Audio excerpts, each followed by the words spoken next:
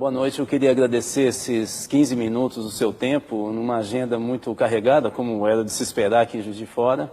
Estamos aqui no 15 minutos, eu e o Alexandre, que é psicólogo, veio do Rio de Janeiro para estar aqui conversando.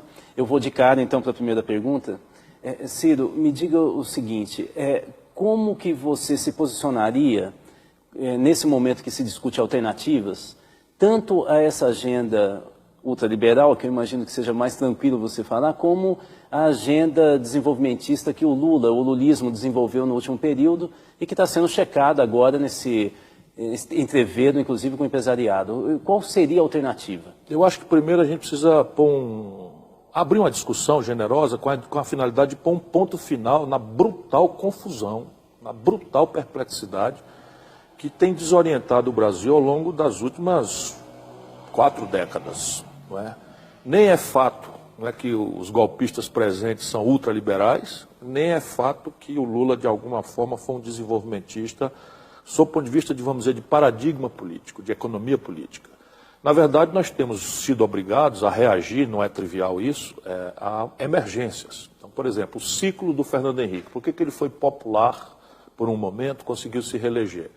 Porque a inflação no Brasil, ao contrário do que os manuais de economia falam, da Chicago, nas coisas, não era uma doença da moeda, era um tributo Robin Hood às avessas, que cobrava pesadamente de quem não tinha excedente financeiro indexado nas correções monetárias e deixava livres, né, todos os endinheirados do país. Nós, ao cessarmos abruptamente este imposto, com a força e o risco político do Itamar Franco, que hoje, de forma absolutamente desonesta, o Fernando Henrique tem tentado apagar da história, assim como o George Orwell denunciava lá no 1984, nós tivemos um ciclo de consumismo populista, felicitante, mas insustentável. Tanto que quebrou o país 3 vezes e deu caminho ao Lula para entrar.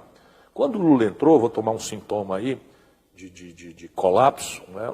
O câmbio no Brasil, a taxa de câmbio, que é um preço relativo que mexe com o preço do pão, do remédio, da passagem de ônibus, não cabe aqui explicar isso, mas o câmbio mexe com tudo isso, vocês sabem bem disso. Porque o Brasil importa essas coisas todas do estrangeiro e paga em dólar. Então repare, quando o Lula tomou posse, atualizados os valores para hoje, o câmbio era R$ 9,20. Você imagina, hoje nós temos um câmbio a R$ 9,20, então um desastre completo. O que é que o Lula faz? Genialmente, ele acha um ponto de conciliação, que eu discordo, mas valorizo, tanto que aceitei ajudá-lo, de beijar a cruz da ortodoxia, que não tem nada de ultraliberal, é pior, é uma coisa estúpida. Essa trempe de câmbio flutuante, meta de inflação e superávit primário, apurados no exercício fiscal de 1 ano, sem considerar questões estratégicas sensíveis do país, sequer de natureza fiscal, não é? Com uma política monetária absurdamente louca que acaba erodindo qualquer sanidade fiscal possível e imaginável. Não há como o Brasil equilibrar suas contas com esses juros estúpidos, criminosos com que a política do Banco Central trabalha. E o stop and go do câmbio. Né? Você tem, por exemplo, o Lula pegou em 9,20, trouxe para 1,75, o país se sentiu com um ciclo, né, que o Fernando Henrique chama de sorte, mas, na verdade, ele não quer dar o braço a torcer de que o Lula é muito melhor do que ele, mas muito melhor mesmo como líder, como estadista, como homem público, com todas as deficiências do Lula, né, que não são pequenas também. Lula é intrinsecamente conservador, sob o ponto de vista de economia política. Não é por maldade, é porque a mãe dele disse que não é para gastar mais do que ganha, e ele vai replicando essas lógicas, né, que são, afinal de contas, compreensíveis. Participei muito intimamente desse período histórico todo. Ajudei o Itamar no Real, ajudei o Lula no Estado. E o Lula foi bafejado por um ciclo original e não repetível. Não vai ser possível imaginarmos o Brasil se sustentar pagando um modo de consumo moderno, celulares, e química fina, e carros, e eletrônica, etc., e informática, com o complexo agroindustrial e minerador do país, porque não tem valor agregado. Porém, no ciclo do Lula, essas commodities explodiram de preço. E o Lula teve como financiar um outro ciclo de consumo populista felicitante. E aí beijou a cruz da ortodoxia, manteve rigorosamente os mesmos fundamentos estúpidos da economia política que ao longo dos anos 80 para cá proibiu o Brasil de crescer, está deteriorando nossas condições de vida, né? Mas conseguiu algumas proezas, né, relevantes, muito relevantes. a provar que a política pode produzir ciclicamente esses milagres. Primeiro, proeza, o salário mínimo, que é base econômica para toda a massa salarial, saltou de $76 a poder de compra, com o Fernando Henrique, para 320. As pessoas não compram dólar, mas comem pão. Pão é trigo e trigo é dólar. Então, se você tem $76 de poder de compra de pão e passa para 320, é 4 vezes quase a renda real mínima, que baliza todas as outras. Segundo, forçou a mão na contramão de uma política monetária ultra-ortodoxa, juros altíssimos, exorbitantes, mas foi criando instrumentos de crédito dirigido, né? Forçando a mão para um crédito dirigido à indústria e aos serviços do brasileiro que vai exportar ou prestar serviço no estrangeiro, que se está criminalizando quando o mundo inteiro faz isso, forçando a mão na direção do crédito subsidiado para a agricultura, forçando a mão para o crédito para a agricultura familiar, forçando a mão para o crédito para a construção civil do Minha Casa Minha Vida, com subsídios, etc, etc. Fato, saltamos como proporção do PIB de ridículos 22%, 25% do PIB, a proporção do crédito, para 55%. E, terceiro, a rede de proteção social. Esse é fato. Eu sou nordestino e 5 anos de seca recente agora, nós teríamos assistido no passado violentos saques e hordas de pessoas humilhadas pela miséria, pela fome, estendendo a mão calejada por não ter onde trabalhar para pedir esmola nas grandes cidades. Sumiu esse fato. Sumiu. Só que tudo isso é insustentável. Não houve um desenho institucional que amoldasse uma economia política que, na verdade, tem que se sentar não no consumo populista, nos ciclos insustentáveis de consumismo populista, mas na democratização da oferta, na capacitação da nossa gente para produzir, para trabalhar, para gerar empreendimentos, né, de pequeno, micro, médio, grande, gigantesco porte, porque é aí que se joga o jogo. E a economia política que eu sustento é essa. Não é o nacional desenvolvimentismo, old-fashioned way, né, ao modo dos anos 50, porque 2 variáveis mudaram e não são mais imitáveis. Uma é os ciclos tecnológicos, são os ciclos tecnológicos. Antigamente você saía atrasado, chegava numa linha de montagem de automóvel mais ou menos atrasado 10 anos, ficava 15 anos contemporâneo do último estágio. Hoje, o impacto na produtividade, no preço, na qualidade, enfim, da tecnologia em serviços e em bens é tão central que não dá mais para a gente ter a ilusão de produzir da agulha ao avião passando pelo computador como tivemos a veleidade no passado. É o treadmill, né? Sim. A outra coisa, o que não justifica que a gente simplesmente abandone a ideia de que temos que ter coordenadamente com o Estado Nacional empoderado, democratizado ou redemocratizado, nunca pensei que fosse precisar usar mais de novo essa palavra, não é? Associar-se com quem trabalha e produz para produzir uma agenda concreta e tal, que eu posso especializar com você, o que é que eu estou já tentando detalhar. Mas a outra variável que tem que chamar a esquerda antiga a pensar que não é mais replicável é a variável financeira. O Brasil tem uma tradição, aí é histórica, de baixíssima formação bruta de capital, né? O que é isso? O que sobra, os economistas me odeiam porque eu faço essas simplificações, mas é rigorosamente o que sobra entre o que a gente produz e o que a gente come.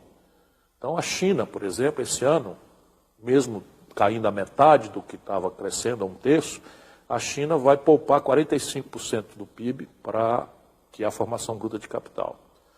Nós, no Brasil, com o Lula, chegamos a 17, 18, agora estamos em 15, descendo para 14.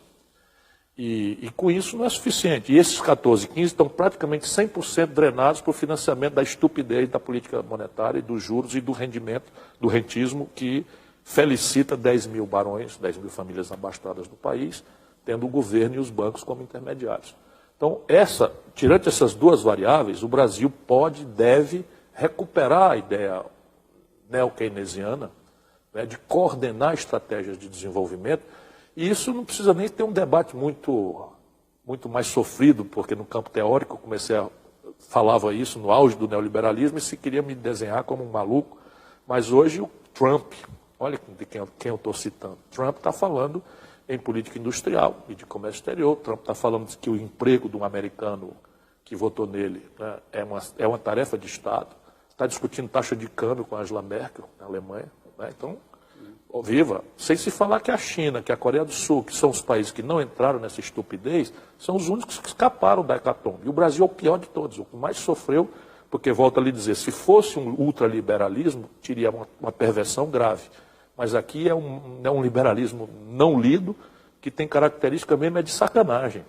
As pessoas não gostam das palavras, mas tem característica de sacanagem, porque se fosse liberalismo, nós estaríamos reduzindo, né, a taxa de juros para reduzir a cunha fiscal que os juros provocam e fazendo um esforço de redução de tributos. Na verdade, eles vão anunciar aumento de tributos. Né? Então é tudo o oposto. Você tem se posicionado de forma até mais enfática que o Lula, diga-se de passagem, justiça seja feita, no sentido de tentar reverter alguma das contra-reformas feitas pelo Temer. Previdência, a PEC 55, direitos trabalhistas. Tem se comprometido com isso. A própria auditoria da dívida, que são bandeiras históricas, demandas históricas da esquerda, ainda mais no contexto do golpe. Agora, a partir que você se compromete com isso, porque esse modelo desenvolvimentista keynesiano clássico que você defende, Neo-keynesiano, ele depende de uma aliança com setores do empresariado. Sim. Como é que você vai juntar o primeiro com o segundo item? Assim? A questão básica é o seguinte, está se apresentando uma fissura que está se agravando, tamanha é a crise brasileira. As pessoas não têm noção do tamanho da crise. Nós retornamos hoje, em 2017, à proporção da indústria que tínhamos no Brasil de 1910. O Brasil é hoje, a proporção da indústria que agrega valor na nossa riqueza, voltou ao patamar de 1910. A República Velha, né? Assim. Certo? 1910. Então, os empresários do mundo produtivo estão sentindo que tem uma coisa profundamente errada. Eles são paralisados de forma meio esquizofrênica, porque ao retirarem algum excedente, pouco ou grande ou médio que seja, eles hospedam esse excedente no pacto rentista. E aí eles tendem a querer compensar o que está errado da competitividade sistêmica estrangulada, da falência, da concordata, da incapacidade de ver o negócio sobreviver, tensionando os outros custos. O custo do trabalho, o custo da previdência, o custo de financiamento das políticas públicas nos modelos tributários, etc, etc.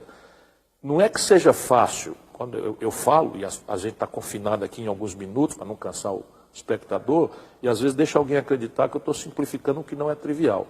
Mas nestes momentos de agonia, o Brasil tem conseguido andar. Por exemplo, a inflação produziu ricos aos montes e virou uma negociata. 10 anos, 20 anos, 30 anos, 40 anos, pelas tantas, começou a desarranjar até o próprio sistema produtivo e tal. Então, começou-se a dar mas necessariamente um político quebrou essa inércia, né, que não tinha compromisso.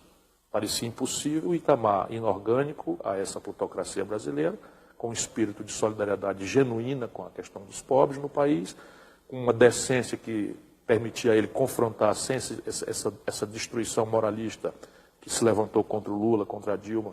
Infelizmente, na minha opinião, eles deram o queixo para bater. E eu, mais ou menos, sou o tipo Itamar. Um pouquinho mais de esforço de entender mais eu mesmo para não comer pela mão dos outros, né, que eu não digo o que aconteceu com ele, porque eu vi o Itamar brilhando na presidência da República. E o Fernando Henrique hoje querer dizer que foi ele que fez tudo é mentira. Mentira histórica. Eu fui ministro da Fazenda. Fernando Henrique não viu o real nascer. Como um oportunista, saiu em abril para ser candidato a presidente da República, o real entrou em julho. Eu dizer que nós estamos com pouco tempo, sua agenda está apertada. Eu vou fazer duas perguntas, não é muito trivial fazer isso, mas é exatamente para lhe dar mais tempo da resposta. A primeira é que, recentemente, numa entrevista sua, na CIF, dizia sobre o fatalismo da Dilma e falava que é o momento do enfrentamento. Claro. Eu queria explorar um pouco como que seria essa agenda do enfrentamento e aí uma segunda questão embutida, justamente porque você citou que você é nordestino, acho que isso é importante. Como trabalhar essa superação dessa diferença e desigualdade territorial abissal, nossa questão meridional, setentrional, depois da Sudene, a política BNDES, qual que é a linha, o percurso? Veja, as duas questões. O enfrentamento é uma necessidade porque eu acredito comovidamente e transformo cada gesto e cada palavra minha numa consequência dessa minha convicção de que o Brasil sofreu um golpe de Estado. Derrubar um presidente eleito sem crime de responsabilidade é golpe. E é um golpe ao desenho, né, da Primavera Árabe em muitos lugares, com propaganda, com mistificação, com excitação de contradições moralistas, etc, etc. E eu fico muito zangado com as conciliações do Lula e do PT, porque acabaram de votar, se essa narrativa é fato, Nós sofremos um golpe, quem praticou o golpe foi o Senado da República. Pois o PT fez um acordo e elegeu a mesa do Senado com um membro do PT em nome de um carguinho, de uns DASzinhos, de uns milhõezinhos para traficar influência. E isso, esse tipo de conciliação está matando o Brasil e, pior do que isso, está matando a confiança da sociedade brasileira na sua representação progressista. E veja bem, nós estamos levando esporro no meio da rua, eu não, porque uma certa respeitabilidade adquirida aí há muitos anos, ou quando não tenho, me imponho, né? Mas você imagina o que é que nós estamos ouvindo aí, qualquer boboca. Né? Outro dia eu estava num restaurante em São Paulo e acendeu meu telefone, uma mensagem de um amigo meu, dizendo, olha, Ciro, cuidado, dá uma olhada nisso. Um cara que a gente descobriu fácil, chefe de gabinete do Alckmin, dando R$1.000 para quem me hostilizasse no restaurante. Sim, ninguém foi. A formiga sabe o pau que rói. Mas enfim, mas por que nós perdemos a respeitabilidade? Perdemos porque de tanto conciliar, nós ficamos iguais. Quem botou o Lula, o Michel Temer nesse lugar aí? Quem botou o Eduardo Cunha nesse caminho aí? O Lula entregou furnas, eu protestando e tal. É evidente que eu tenho que reconhecer que a política real, né, impõe certas concessões. Eu estou me preparando para presidir o Brasil. Mas há determinados limites a partir dos quais você não é mais você, você é o outro. E isso está acontecendo conosco. E agora só tem uma saída, é o confronto, é a demarcação de campo. E eu não advogo violência, mas quem dita a condição da luta é o campo e a arma do adversário. É assim que eu penso. Por isso que às vezes eu falo determinadas coisas que são, né, arrepiantes aí para uma certa plutocracia brasileira, mas é assim que as coisas são. Eu estou muito zangado com o que eu estou vendo acontecer no país. Não se faz o que está se fazendo. Essa PEC 55 é um outro golpe, é uma revogação da Constituição de 88 na sua substância, né? Sem discutir com ninguém, por um governo ilegítimo. Né? Que alguns governadores do PT estão replicando, né? Piauí, Ceará. Sim, não, no Ceará não fizemos isso, não. Fizemos isso de forma nenhuma. Não No teve Ceará nós excluímos Assembleia. saúde e educação, que é isso? Excluiu? Claro. Excluímos saúde e educação e fizemos com a faca no pescoço, porque eles nos ameaçaram não dar aval para os nossos créditos multilaterais, não é de União Federal nem de BNDES, nós temos muito crédito no Banco Mundial, porque, enfim, fizemos o dever de casa desde sempre, somos líquidos, não temos nenhuma dificuldade, estamos com nossas contas todas rigorosamente em dia, e fizemos ali, mas excluímos a coisa e mantivemos a ideia contracíclica de expandir o gasto em momentos de crise. Lá é diferente, lá é bem diferente. O imposto sobre heranças do Ceará é de 8%, aqui em Minas é 4%. Só para ter clarezas aí. E sobre o Nordeste? Não, o Ceará. Não, digo sobre a... Não há muita novidade, não. Você hoje tem Fortaleza, Recife, Natal, João Pessoa, Teresina, menos um pouco São Luís, porque machucou-se, mas está num processo bastante acelerado de progresso. São cidades do Brasil, com as contradições de São Paulo, de Rio, de Belo Horizonte, né? E aí não tem muito o que fazer.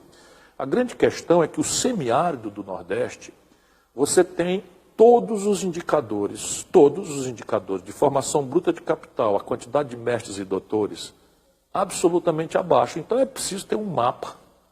E não é fazer subsídio para a empresa, necessariamente. Isto daí virou a única ferramenta. Isso não é isso.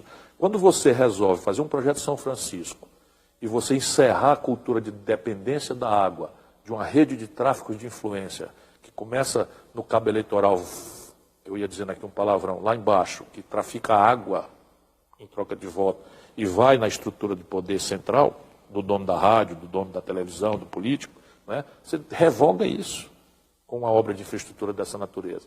Se o país tem uma condição de refino, né, em que nós estamos exportando petróleo bruto, barato, e importando derivados de petróleo, a propósito de qual é a nacional desenvolvimentismo que eu advogo, eu estou estudando detalhadamente. São 25 bilhões de dólares o buraco na conta petróleo. Qual é o problema da gente executar o plano que estava outrora pensado da Petrobras de refino? Uma refinaria premium no Ceará, uma refinaria premium no Maranhão, porque isso foi estudado, tem porto, tem logística, tem todo um coisa, e completar o Compeg no Rio, completar a Abreu e Lima em Pernambuco e autonomizar o Brasil, que passaria a não mais importar derivados como diesel, gasolina e coisas, e sim gerar excedentes exportáveis. É -1 mais 1. Ou seja, 2, vale 2 cada movimento que a gente faz substituindo importações. Aí eu posso falar num balanço de pagamento sadio, dizendo de onde é que vem o dinheiro. E, portanto, de uma estabilidade da taxa de câmbio que não me leva a esse começa e volta, começa e para, que tem sido o crescimento. Lula popular, Dilma cai. Fernando Henrique popular, Lula ganha. Enfim, por quê? Porque nós não temos projeto. E o projeto não pode depender de personalíssimos, caudilhescos, que é outro problema. Nós somos latino-americanos, somos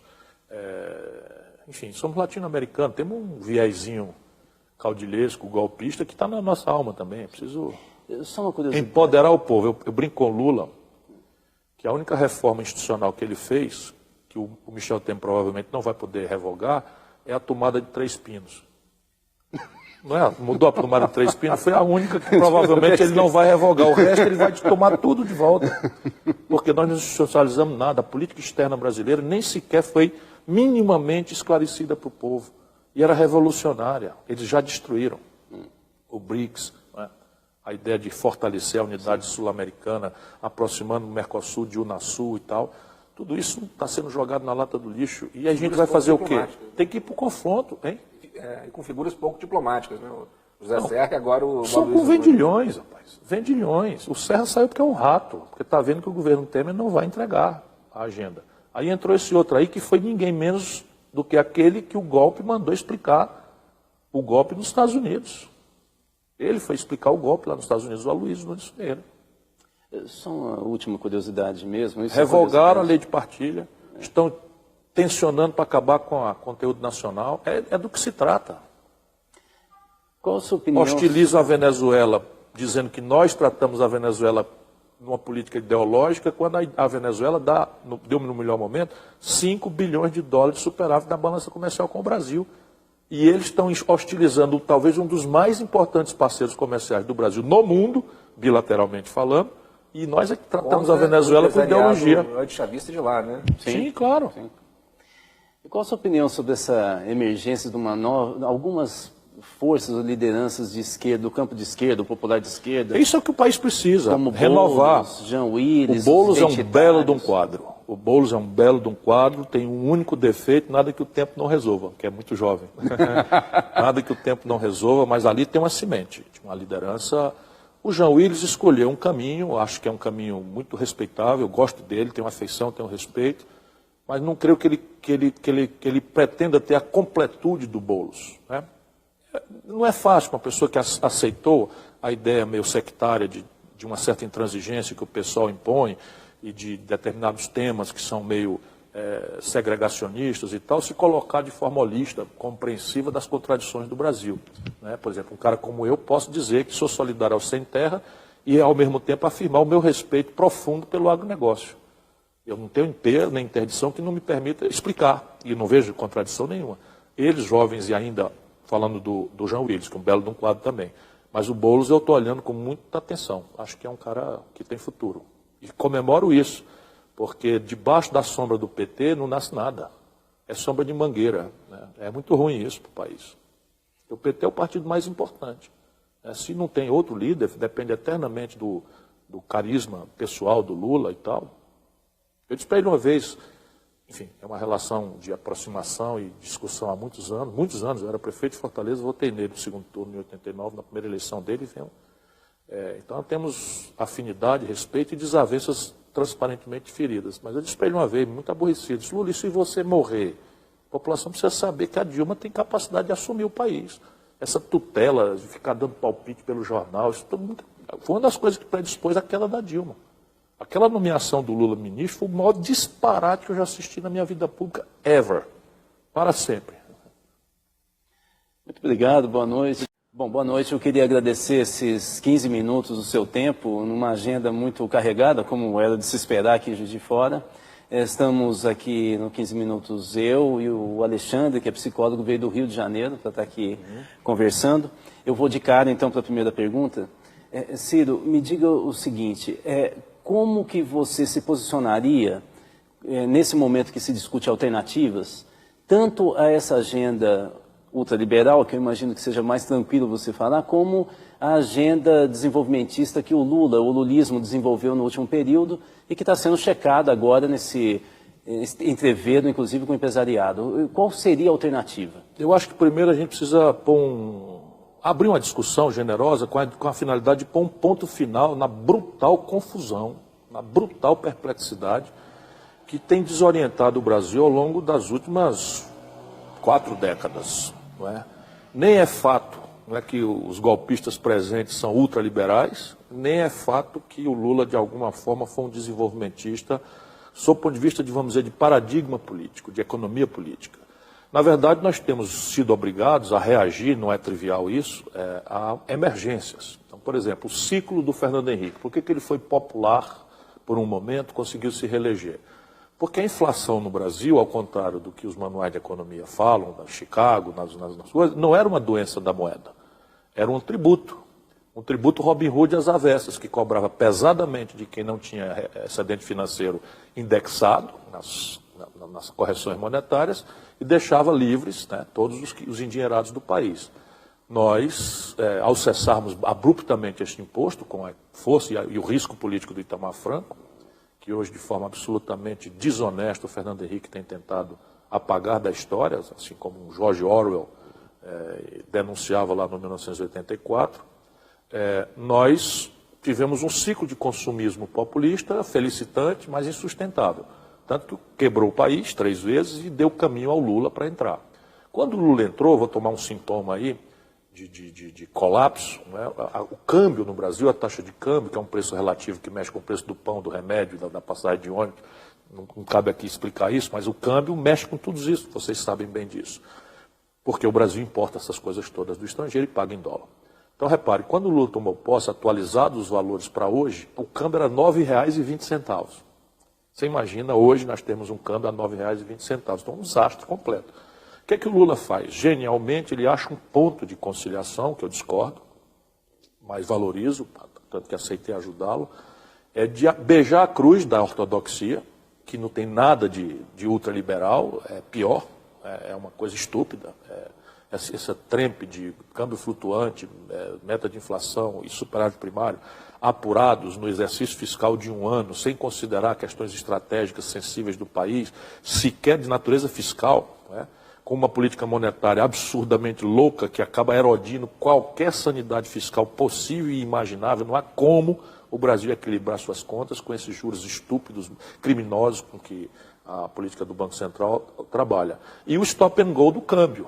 Você tem, por exemplo, o Lula pegou em 9,20, trouxe para 1,75, o país se sentiu com um ciclo, né, que o Fernando Henrique chama de sorte, mas na verdade ele não quer dar o braço a torcer de que o Lula é muito melhor do que ele, mas muito melhor mesmo como líder, como estadista, como homem público, com todas as deficiências do Lula, né, que não são pequenas também. Lula é intrinsecamente conservador, sob o ponto de vista de economia política.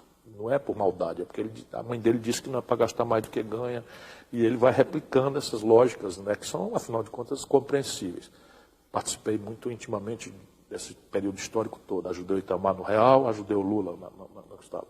E o Lula foi bafejado por um ciclo original e não repetível. Não vai ser possível imaginarmos o Brasil se sustentar pagando um modo de consumo moderno, celulares, e química fina, e carros, e eletrônica, etc., e informática, com o complexo agroindustrial e minerador do país, porque não tem valor agregado. Porém, no ciclo do Lula, essas commodities explodiram de preço. E o Lula teve como financiar um outro ciclo de consumo populista felicitante. E aí beijou a cruz da ortodoxia, manteve rigorosamente os mesmos fundamentos estúpidos da economia política que ao longo dos anos 80 para cá proibiu o Brasil de crescer, está deteriorando nossas condições de vida, né? Mas conseguiu algumas proezas, né, relevantes, muito relevantes, a provar que a política pode produzir ciclicamente esses milagres. Primeira proeza, o salário mínimo, que é base econômica para toda a massa salarial, saltou de $76 a poder de compra, com o Fernando Henrique, para 320. As pessoas não compram dólar, mas comem pão. Pão é trigo e trigo é dólar. Então, se você tem $76 de poder de compra de pão e passa para 320, é 4 vezes quase a renda real mínima, que baliza todas as outras. Segundo, forçou a mão na contramão de uma política monetária ultra-ortodoxa, juros altíssimos, exorbitantes, mas foi criando instrumentos de crédito dirigido, né? Forçando a mão para um crédito dirigido à indústria e aos serviços do brasileiro que vai exportar ou prestar serviço no estrangeiro, que se está criminalizando, quando o mundo inteiro faz isso, forçando a mão na direção do crédito subsidiado para a agricultura, forçando a mão para o crédito para a agricultura familiar, forçando a mão para o crédito para a construção civil do Minha Casa Minha Vida, com subsídios, etc, etc. Fato, saltamos como proporção do PIB de ridículos 22%, 25% do PIB, a proporção do crédito, para 55%. E, terceiro, a rede de proteção social. Esse é fato. Eu sou nordestino e 5 anos de seca recente agora, nós teríamos assistido no passado violentos saques e hordas de pessoas humilhadas pela miséria, pela fome, estendendo a mão calejada por não ter onde trabalhar para pedir esmola nas grandes cidades. Sumiu esse fato. Sumiu. Só que tudo isso é insustentável. Não houve um desenho institucional que amoldasse uma economia política que, na verdade, tem que se sentar não no consumo populista, nos ciclos insustentáveis de consumismo populista, mas na democratização da oferta, na capacitação da nossa gente para produzir, para trabalhar, para gerar empreendimentos, né, de pequeno, micro, médio, grande, gigantesco porte, porque é aí que se joga o jogo. E a economia política que eu sustento é essa. Não é o nacional desenvolvimentismo, old-fashioned way, né, ao modo dos anos 50, porque duas variáveis mudaram e não são mais imitáveis. Uma é os ciclos tecnológicos, são os ciclos tecnológicos. Antigamente você saía atrasado, chegava numa linha de montagem de automóvel mais ou menos atrasado 10 anos, ficava 15 anos contemporâneo do último estágio. Hoje, o impacto na produtividade, no preço, na qualidade, enfim, da tecnologia em serviços e em bens é tão central que não dá mais para a gente ter a ilusão de produzir da agulha ao avião passando pelo computador como tivemos a veleidade no passado. É o treadmill, né? Sim. A outra coisa, o que não justifica que a gente simplesmente abandone a ideia de que temos que ter coordenadamente com o Estado Nacional empoderado, democratizado ou redemocratizado, nunca pensei que fosse precisar usar mais de novo essa palavra, não é? Associar-se com quem trabalha e produz para produzir uma agenda concreta e tal, que eu posso especializar com você, o que é que eu estou já tentando detalhar. Mas a outra variável que tem que chamar a esquerda antiga a pensar que não é mais replicável é a variável financeira. O Brasil tem uma tradição, aí é histórica, de baixíssima formação bruta de capital, né? O que é isso? O que sobra, os economistas me odeiam porque eu faço essas simplificações, mas é rigorosamente o que sobra entre o que a gente produz e o que a gente come. Então a China, por exemplo, esse ano, mesmo caindo a metade do que estava crescendo, a 1/3, a China vai poupar 45% do PIB para que é a formação bruta de capital. Nós, no Brasil, com o Lula, chegamos a 17, 18, agora estamos em 15, descendo para 14. E com isso não é suficiente. E esses 14 e 15 estão praticamente 100% drenados para o financiamento da estupidez da política monetária e dos juros e do rendimento, do rentismo que felicita 10 mil barões, 10 mil famílias abastadas do país, tendo o governo e os bancos como intermediários. Então, tirando essas duas variáveis, o Brasil pode e deve recuperar a ideia neo-keynesiana, né, de coordenar estratégias de desenvolvimento. E isso não precisa nem ter um debate muito mais sofrido, porque no campo teórico falava isso no auge do neoliberalismo e se queria me desenhar como um maluco. Mas hoje o Trump, olha de quem eu estou citando, Trump está falando em política industrial e de comércio exterior. Trump está falando que o emprego de um americano que votou nele, né, é uma tarefa de Estado. Está discutindo taxa de câmbio com a Angela Merkel, na Alemanha. Né? Então, viva, sem se falar que a China, que a Coreia do Sul, que são os países que não entraram nessa estupidez, são os únicos que escaparam da hecatombe. E o Brasil é o pior de todos, o que mais sofreu, porque, volto a lhe dizer, se fosse um ultraliberalismo, teria uma perversão grave. Mas aqui é um liberalismo não lido, que tem característica mesmo de sacanagem. As pessoas não gostam das palavras, mas tem característica de sacanagem, porque se fosse liberalismo, nós estaríamos reduzindo, né, a taxa de juros para reduzir a cunha fiscal que os juros provocam e fazendo um esforço de redução de tributos. Na verdade, eles vão anunciar aumento de tributos. Né? Então é tudo o oposto. Você tem se posicionado de forma até mais enfática que o Lula, diga-se de passagem, justiça seja feita, no sentido de tentar reverter alguma das contra-reformas feitas pelo Temer. Previdência, a PEC 55, direitos trabalhistas. Tem se comprometido com isso. A própria auditoria da dívida, que são bandeiras históricas, demandas históricas da esquerda, ainda mais no contexto do golpe. Agora, a partir do que você se compromete com isso, porque esse modelo desenvolvimentista keynesiano clássico que você defende, neo-keynesiano, ele depende de uma aliança com setores do empresariado. Sim. Como é que você vai juntar o primeiro com o segundo item, assim? A questão básica é o seguinte, está se apresentando uma fissura que está se agravando, tamanha é a crise brasileira. As pessoas não têm noção do tamanho da crise. Nós retornamos hoje, em 2017, à proporção da indústria que tínhamos no Brasil de 1910. O Brasil é hoje, a proporção da indústria, que agrega valor na nossa riqueza, voltou ao patamar de 1910. A República Velha, né? Assim. Certo? 1910. Então, os empresários do mundo produtivo estão sentindo que tem uma coisa profundamente errada. Eles são paralisados de forma meio esquizofrênica, porque ao retirarem algum excedente, pouco ou grande ou médio que seja, eles hospedam esse excedente no pacto rentista.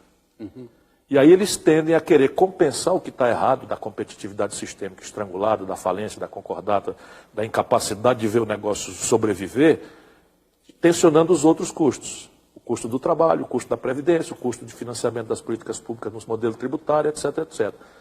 Não é que seja fácil, quando eu falo, e a gente está confinado aqui em alguns minutos, para não cansar o espectador, e às vezes deixa alguém acreditar que eu estou simplificando o que não é trivial. Mas nestes momentos de agonia, o Brasil tem conseguido andar. Por exemplo, a inflação produziu ricos aos montes e virou uma negociata, 10 anos, 20 anos, 30 anos, 40 anos, pelas tantas começou a desarranjar até o próprio sistema produtivo e tal. Então começou-se a dar mas necessariamente um político quebrou essa inércia, né, que não tinha compromisso. Parecia impossível, o Itamar inorgânico a essa plutocracia brasileira, com um espírito de solidariedade genuína com a questão dos pobres no país, com uma decência que permitia a ele confrontar sem essa destruição moralista que se levantou contra o Lula, contra a Dilma.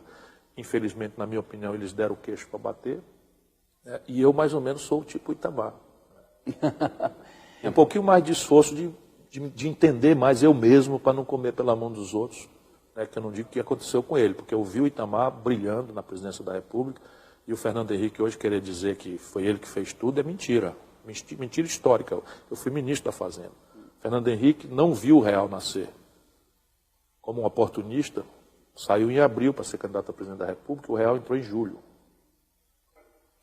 Eu dizer que nós estamos com pouco tempo, sua agenda está apertada. Eu vou fazer duas perguntas, não é muito trivial fazer isso, mas é exatamente para lhe dar mais tempo da resposta. A primeira é que, recentemente, numa entrevista sua, na CIF, dizia sobre o fatalismo da Dilma e falava que é o momento do enfrentamento. Claro. Eu queria explorar um pouco como que seria essa agenda do enfrentamento e aí uma segunda questão embutida, justamente porque você citou que você é nordestino, acho que isso é importante.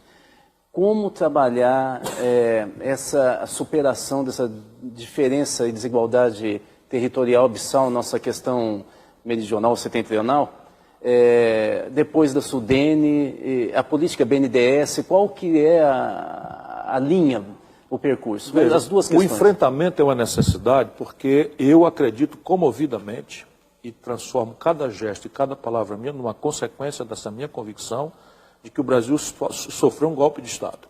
Derrubar um presidente eleito sem crime de responsabilidade é golpe. E é um golpe ao desenho, né, da Primavera Árabe em muitos lugares, com propaganda, com mistificação, com excitação de contradições moralistas, etc, etc. E eu fico muito zangado com as conciliações do Lula e do PT, porque acabaram de votar, se essa narrativa é fato, nós sofremos um golpe, quem praticou o golpe foi o Senado da República. Pois o PT fez um acordo e elegeu a mesa do Senado com um membro do PT em nome de um carguinho, de uns DASzinhos, de uns milhõezinhos para traficar influência. E esse tipo de conciliação está matando o Brasil, e pior do que isso, está matando a confiança da sociedade brasileira na sua representação progressista. E veja bem, nós estamos levando esporro no meio da rua, eu não, porque uma certa respeitabilidade adquirida aí há muitos anos, ou quando não tenho, me imponho, né? Mas você imagina o que é que nós estamos ouvindo aí, qualquer boboca. Né? Outro dia eu estava num restaurante em São Paulo e acendeu meu telefone, uma mensagem de um amigo meu, dizendo, olha, Ciro, cuidado, dá uma olhada nisso. O cara que a gente descobriu fácil, chefe de gabinete do Alckmin, dando R$1.000 para quem me hostilizasse no restaurante. Sim, ninguém foi. A formiga sabe o pau que rói. Mas enfim, mas por que nós perdemos a respeitabilidade? Perdemos porque de tanto conciliar, nós ficamos iguais. Quem botou o Lula, o Michel Temer nesse lugar aí? Quem botou o Eduardo Cunha nesse caminho aí? O Lula entregou furnas, eu protestando e tal. É evidente que eu tenho que reconhecer que a política real, né, impõe certas concessões. Eu estou me preparando para presidir o Brasil, mas há determinados limites a partir dos quais você não é mais você, você é o outro. E isso está acontecendo conosco. E agora só tem uma saída, é o confronto, é a demarcação de campo. E eu não advogo violência. Mas quem dita a condição da luta é o campo e a arma do adversário. É assim que eu penso. Por isso que às vezes eu falo determinadas coisas que são, né, arrepiantes aí para uma certa plutocracia brasileira, mas é assim que as coisas são. Eu estou muito zangado com o que eu estou vendo acontecer no país. Não se faz o que está se fazendo. Essa PEC 55 é um outro golpe, é uma revogação da Constituição de 88 na sua substância, né? Sem discutir com ninguém, por um governo ilegítimo. Né? Que alguns governadores do PT estão replicando, né? Piauí, Ceará. Sim, não, no Ceará não fizemos isso, não. Fizemos isso de forma nenhuma. No Ceará nós excluímos saúde e educação, que é isso? Excluiu? Claro. Excluímos saúde e educação e fizemos com a faca no pescoço, porque eles nos ameaçaram não dar aval para os nossos créditos multilaterais, não é de União Federal nem de BNDES, nós temos muito crédito no Banco Mundial, porque, enfim, fizemos o dever de casa desde sempre, somos líquidos, não temos nenhuma dificuldade, estamos com nossas contas todas rigorosamente em dia, e fizemos ali, mas excluímos a coisa e mantivemos a ideia contracíclica de expandir o gasto em momentos de crise. Lá é diferente, lá é bem diferente. O imposto sobre heranças do Ceará é de 8%, aqui em Minas é 4%. Só para ter clarezas aí. E sobre o Nordeste? Não, o Ceará. Não, digo sobre a... Não há muita novidade, não. Você hoje tem Fortaleza, Recife, Natal, João Pessoa, Teresina, menos um pouco São Luís, porque machucou-se, mas está num processo bastante acelerado de progresso. São cidades do Brasil, com as contradições de São Paulo, de Rio, de Belo Horizonte, né? E aí não tem muito o que fazer. A grande questão é que o semiárido do Nordeste, você tem todos os indicadores de formação bruta de capital, a quantidade de mestres e doutores, absolutamente abaixo. Então é preciso ter um mapa. E não é fazer subsídio para a empresa, necessariamente. Isto daí virou a única ferramenta. Isso não é isso. Quando você resolve fazer um projeto São Francisco e você encerrar a cultura de dependência da água, de uma rede de tráfico de influência, que começa no cabo eleitoral, eu ia dizendo aqui um palavrão, lá embaixo, que trafica água em troca de voto, e vai na estrutura de poder central, do dono da rádio, do dono da televisão, do político, né? Você revoga isso com uma obra de infraestrutura dessa natureza. Se o país tem uma condição de refino, né, em que nós estamos exportando petróleo bruto, barato, e importando derivados de petróleo, a propósito de qual é a nacional desenvolvimentismo que eu advogo, eu estou estudando detalhadamente. São 25 bilhões de dólares o buraco na conta petróleo. Qual é o problema da gente executar o plano que estava outrora pensado da Petrobras de refino? Uma refinaria premium no Ceará, uma refinaria premium no Maranhão, porque isso foi estudado, tem porto, tem logística, tem todo um coisa, e completar o Compes no Rio, completar a Abreu e Lima em Pernambuco e autonomizar o Brasil, que passaria a não mais importar derivados como diesel, gasolina e coisas, e sim gerar excedentes exportáveis. É menos um mais um. Ou seja, 2, vale 2 cada movimento que a gente faz, substituindo importações. Aí eu posso falar num balanço de pagamento sadio, dizendo de onde é que vem o dinheiro. E, portanto, de uma estabilidade da taxa de câmbio que não me leva a esse começa e volta, começa e para, que é o que tem sido o crescimento. Lula popular, Dilma cai. Fernando Henrique popular, Lula ganha. Enfim, por quê? Porque nós não temos projeto. E o projeto não pode depender de personalíssimos, caudilhescos, que é outro problema. Nós somos latino-americanos, somos latino-americanos, temos um viezinho caudilhesco, golpista, que está na nossa alma também. É preciso empoderar o povo. Eu brinco com o Lula, que a única reforma institucional que ele fez, que o Michel Temer provavelmente não vai poder revogar, é a tomada de Três Pinos. Não é? Mudou a tomada de Três Pinos, foi a única que provavelmente ele não vai revogar. O resto ele vai tomar tudo de volta. Porque nós não socializamos nada. A política externa brasileira nem sequer foi minimamente esclarecida para o povo. E era revolucionária. Eles já destruíram o BRICS, né? A ideia de fortalecer a unidade sul-americana, aproximando o Mercosul de Unasul e tal. Tudo isso está sendo jogado na lata do lixo. E a gente vai fazer o quê? Tem que ir para o confronto, hein? Com figuras pouco diplomáticas, né? O José Serra e agora o... Só com vendilhões, rapaz. Vendilhões. O Serra saiu porque é um rato, porque está vendo que o governo Temer não vai entregar a agenda. Aí entrou esse outro aí que foi ninguém menos do que aquele que o golpe mandou explicar o golpe nos Estados Unidos. Ele foi explicar o golpe lá nos Estados Unidos, o Aloysio Nunes Ferreira.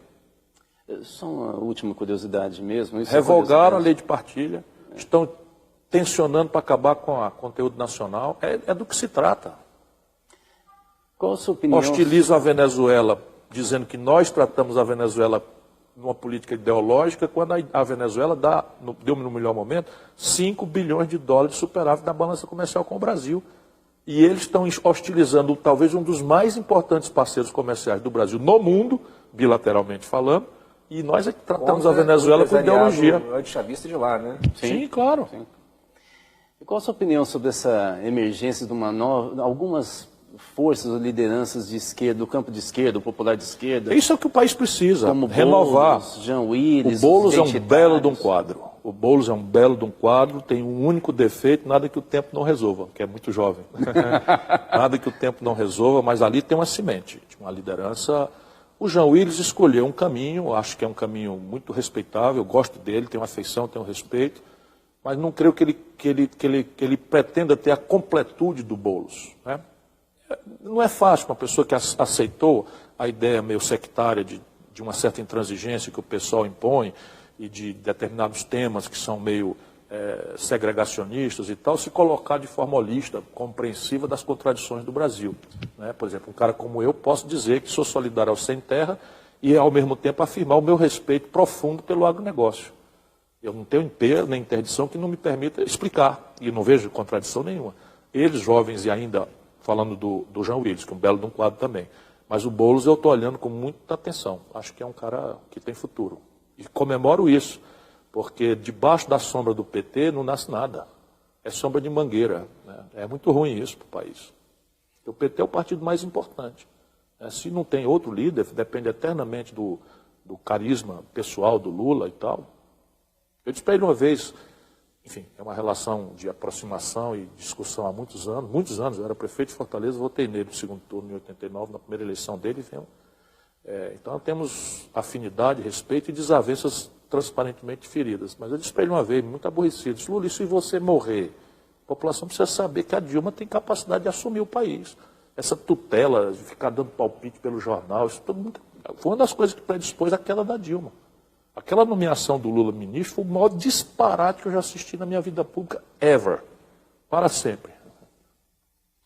Muito obrigado, boa noite. Obrigado. Bom, boa noite. Eu queria agradecer esses 15 minutos do seu tempo, numa agenda muito carregada, como era de se esperar aqui em Juiz de Fora.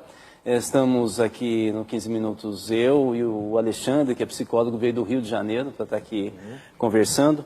Eu vou de cara, então, para a primeira pergunta.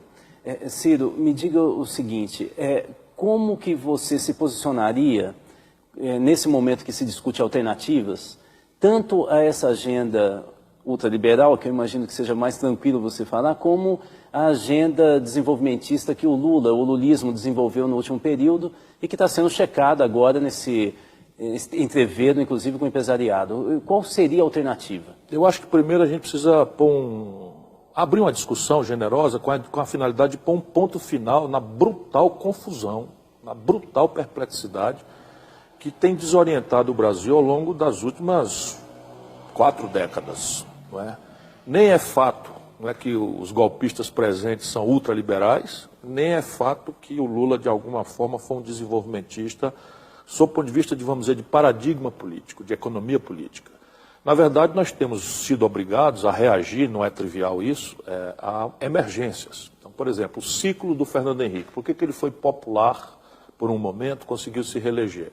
Porque a inflação no Brasil, ao contrário do que os manuais de economia falam, da Chicago, nas coisas, não era uma doença da moeda, era um tributo Robin Hood às avessas, que cobrava pesadamente de quem não tinha excedente financeiro indexado nas correções monetárias e deixava livres, né, todos os endinheirados do país.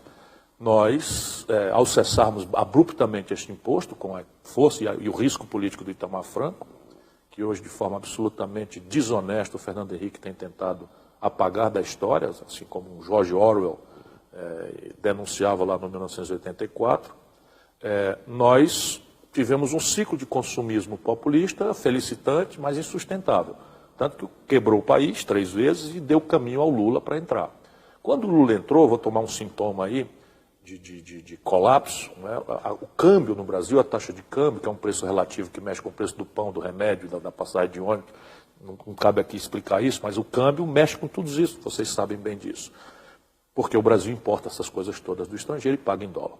Então, repare, quando o Lula tomou posse, atualizados os valores para hoje, o câmbio era R$ 9,20. Você imagina, hoje nós temos um câmbio a R$ 9,20. Então, um desastre completo.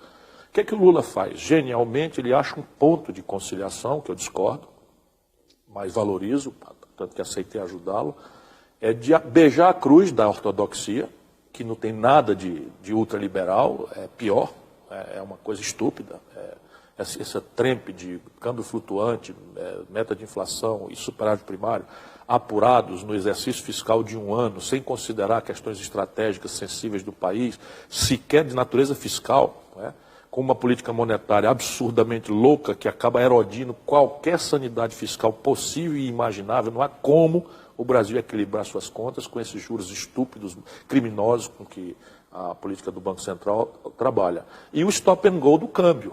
Você tem, por exemplo, o Lula pegou em 9,20, trouxe para 1,75, o país se sentiu com um ciclo, que o Fernando Henrique chama de sorte, mas na verdade ele não quer dar o braço a torcer de que o Lula é muito melhor do que ele, mas muito melhor mesmo como líder, como estadista, como homem público, com todas as deficiências do Lula, que não são pequenas também. Lula é intrinsecamente conservador, sob o ponto de vista de economia política.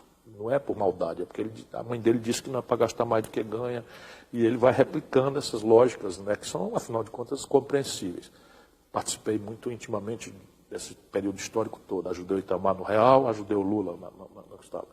E o Lula foi bafejado por um ciclo original e não repetível. Não vai ser possível imaginarmos o Brasil se sustentar pagando um modo de consumo moderno, celulares, e química fina, e carros, e eletrônica, etc., e informática, com o complexo agroindustrial e minerador do país, porque não tem valor agregado. Porém, no ciclo do Lula, essas commodities explodiram de preço. E o Lula teve como financiar um outro ciclo de consumo populista felicitante. E aí beijou a cruz da ortodoxia, manteve rigorosamente os mesmos fundamentos estúpidos da economia política que ao longo dos anos 80 para cá proibiu o Brasil de crescer, está deteriorando nossas condições de vida, mas conseguiu algumas proezas relevantes, muito relevantes, a provar que a política pode produzir ciclicamente esses milagres. Primeira proeza, o salário mínimo, que é base econômica para toda a massa salarial, saltou de $76 a poder de compra, com o Fernando Henrique, para 320. As pessoas não compram dólar, mas comem pão. Pão é trigo e trigo é dólar. Então, se você tem $76 de poder de compra de pão e passa para 320, é 4 vezes quase a renda real mínima, que baliza todas as outras. Segundo, forçou a mão na contramão de uma política monetária ultra-ortodoxa, juros altíssimos, exorbitantes, mas foi criando instrumentos de crédito dirigido, forçando a mão para um crédito dirigido à indústria e aos serviços do brasileiro que vai exportar ou prestar serviço no estrangeiro, que se está criminalizando, quando o mundo inteiro faz isso, forçando a mão na direção do crédito subsidiado para a agricultura, forçando a mão para o crédito para a agricultura familiar, forçando a mão para o crédito para a construção civil do Minha Casa Minha Vida, com subsídios, etc, etc. Fato, saltamos como proporção do PIB de ridículos 22%, 25% do PIB, a proporção do crédito, para 55%. E, terceiro, a rede de proteção social. Esse é fato. Eu sou nordestino e 5 anos de seca recente agora, nós teríamos assistido no passado violentos saques e hordas de pessoas humilhadas pela miséria, pela fome, estendendo a mão calejada por não ter onde trabalhar para pedir esmola nas grandes cidades. Sumiu esse fato. Sumiu. Só que tudo isso é insustentável. Não houve um desenho institucional que amoldasse uma economia política que, na verdade, tem que se sentar não no consumo populista, nos ciclos insustentáveis de consumismo populista, mas na democratização da oferta, na capacitação da nossa gente para produzir, para trabalhar, para gerar empreendimentos, né, de pequeno, micro, médio, grande, gigantesco porte, porque é aí que se joga o jogo. E a economia política que eu sustento é essa. Não é o nacional desenvolvimentismo, old-fashioned way, né, ao modo dos anos 50, porque duas variáveis mudaram e não são mais imitáveis. Uma é os ciclos tecnológicos, são os ciclos tecnológicos. Antigamente você saía atrasado, chegava numa linha de montagem de automóvel mais ou menos atrasado 10 anos, ficava 15 anos contemporâneo do último estágio. Hoje, o impacto na produtividade, no preço, na qualidade, enfim, da tecnologia em serviços e em bens é tão central que não dá mais para a gente ter a ilusão de produzir da agulha ao avião passando pelo computador como tivemos a veleidade no passado. É o treadmill, né? Sim. A outra coisa, o que não justifica que a gente simplesmente abandone a ideia de que temos que ter coordenadamente com o Estado Nacional empoderado, democratizado ou redemocratizado, nunca pensei que fosse precisar usar mais de novo essa palavra, não é? Associar-se com quem trabalha e produz para produzir uma agenda concreta e tal, que eu posso especializar com você, o que é que eu estou já tentando detalhar. Mas a outra variável que tem que chamar a esquerda antiga a pensar que não é mais replicável é a variável financeira. O Brasil tem uma tradição, aí é histórica,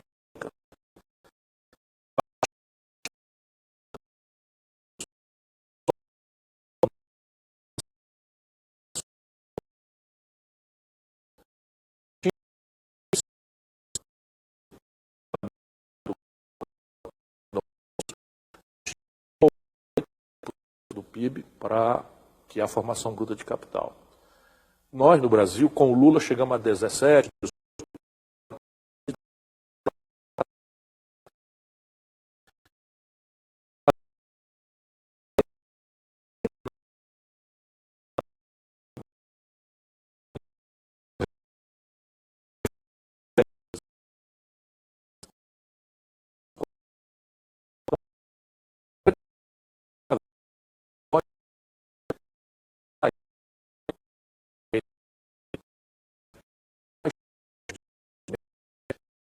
Também tem um debate muito mais sofrido, porque no campo teórico eu falava isso no auge do neoliberalismo e se queria me desenhar como um maluco, mas hoje o Trump, olha de quem eu estou citando, Trump está falando em política industrial e de comércio exterior, Trump está falando que o emprego de um americano que votou nele é uma tarefa de Estado, está discutindo taxa de câmbio com a Angela Merkel, na Alemanha, né? Então, viva, sem se falar que a China, que a Coreia do Sul, que são os países que não entraram nessa estupidez, são os únicos que escaparam da hecatombe. E o Brasil é o pior de todos, o que mais sofreu, porque, volto a lhe dizer, se fosse um ultra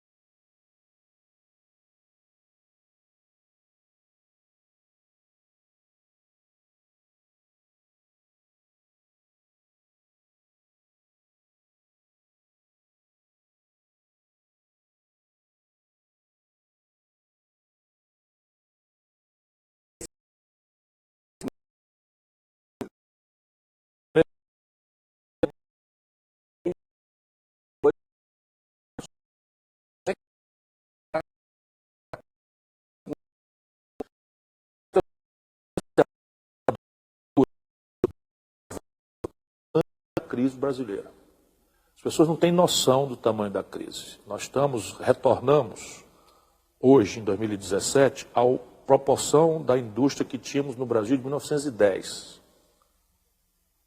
Brasil é hoje, a proporção da indústria, que agrega valor na nossa riqueza, voltou ao patamar de 1910. A República Velha, né? Assim. Certo? 1910. Então, os empresários do mundo produtivo estão sentindo que tem uma coisa profundamente errada. Eles são paralisados de forma meio esquizofrênica, porque ao retirarem algum excedente, pouco ou grande ou médio que seja, eles hospedam esse excedente no pacto rentista. E aí eles tendem a querer compensar o que está errado da competitividade sistêmica estrangulada, da falência, da concordata, da incapacidade de ver o negócio sobreviver, tensionando os outros custos. O custo do trabalho, o custo da previdência, o custo de financiamento das políticas públicas nos modelos tributários, etc, etc. Não é que seja fácil, quando eu falo, e a gente está confinado aqui em alguns minutos, para não cansar o espectador, e às vezes deixa alguém acreditar que eu estou simplificando o que não é trivial. Mas nestes momentos de agonia, o Brasil tem conseguido andar.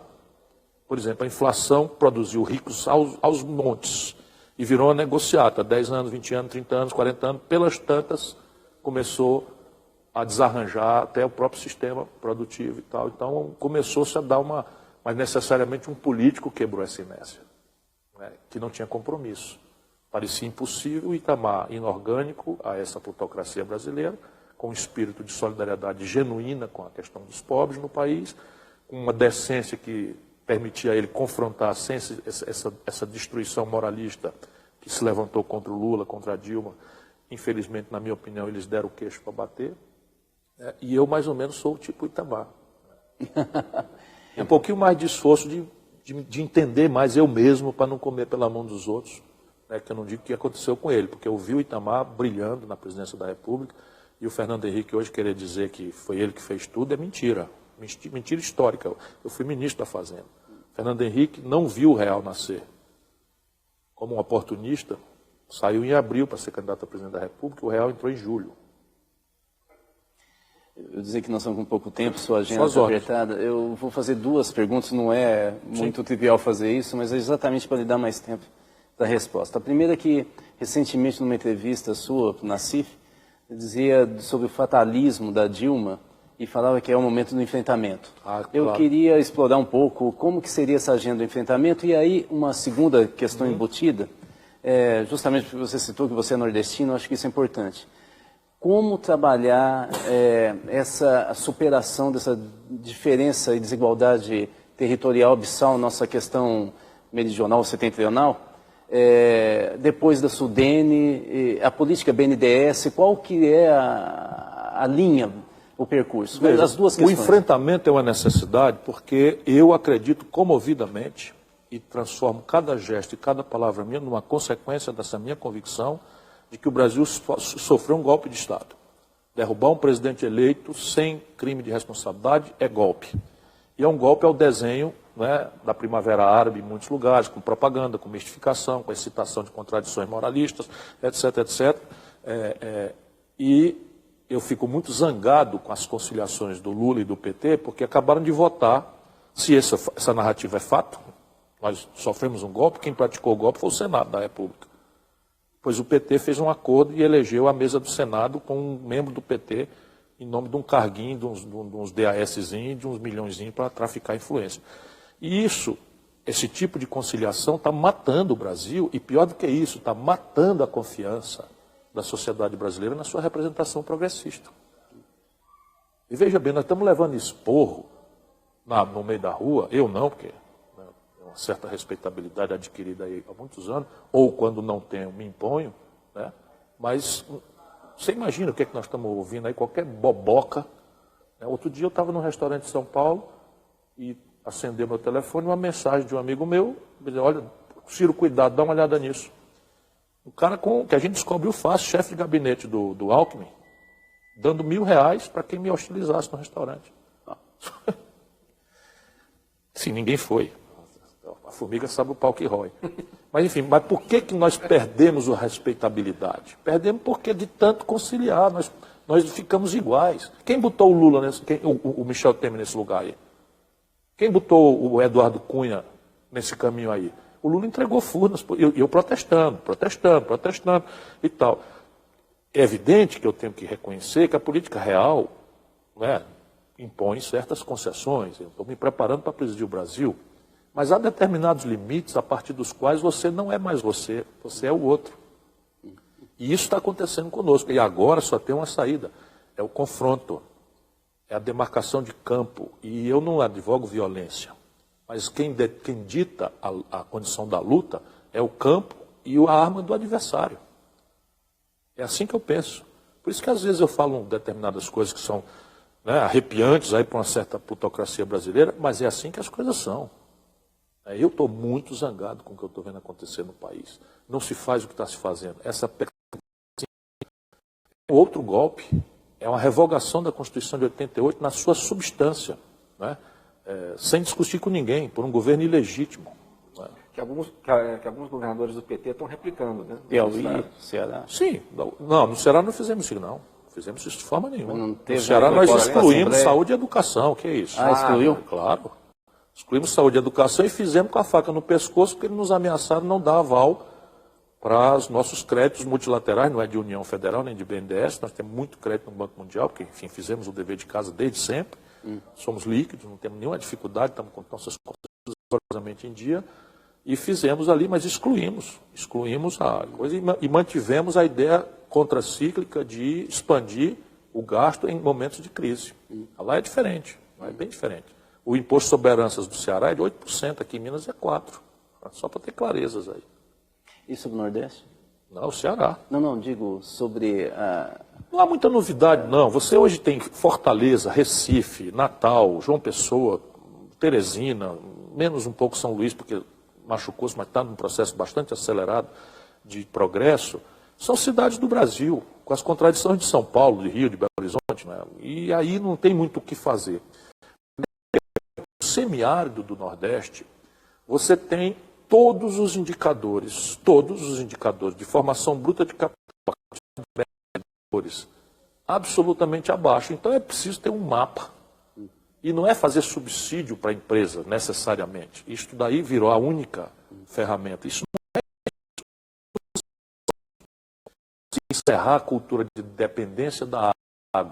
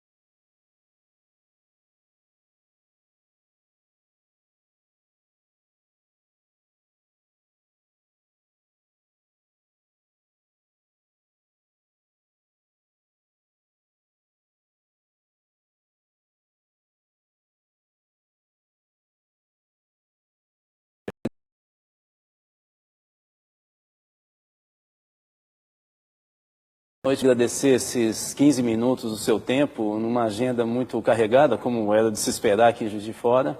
Estamos aqui no 15 minutos, eu e o Alexandre, que é psicólogo, veio do Rio de Janeiro para estar aqui conversando. Eu vou de cara, então, para a primeira pergunta.